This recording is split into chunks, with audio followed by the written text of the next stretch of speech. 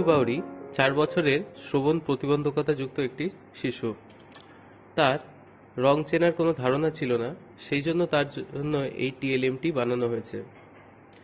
এই টিএলএমটির মধ্যে রয়েছে একটি বোর্ড এবং তার সাথে সাথে 6 রকমের কালার কার্ড এবং একটি ছক্কা বানানো হয়েছে পিচবোর্ড কেটে, যেটার মধ্যে 6 রকমের কালার আছে।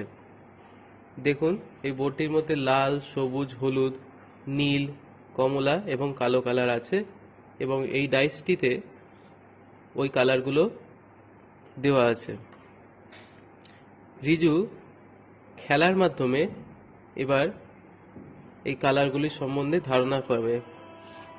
দেখুন কি সুন্দর, ছক্কাতে কমলা রং পড়ায় রিজু কমলা কার্ডটি তুলে ওর কমলা রঙের জায়গায় বসালো। এবার লাল রঙের জায়গায় বসালো, সাহায্য করছে। দেখুন, রিজু নিজেও আনন্দের সাথে খেলা করছে এবার, আর ওর কালারের ধারণাও হয়েছে। Break Free Solutions, brought to you by eiLabs and Project Discovery.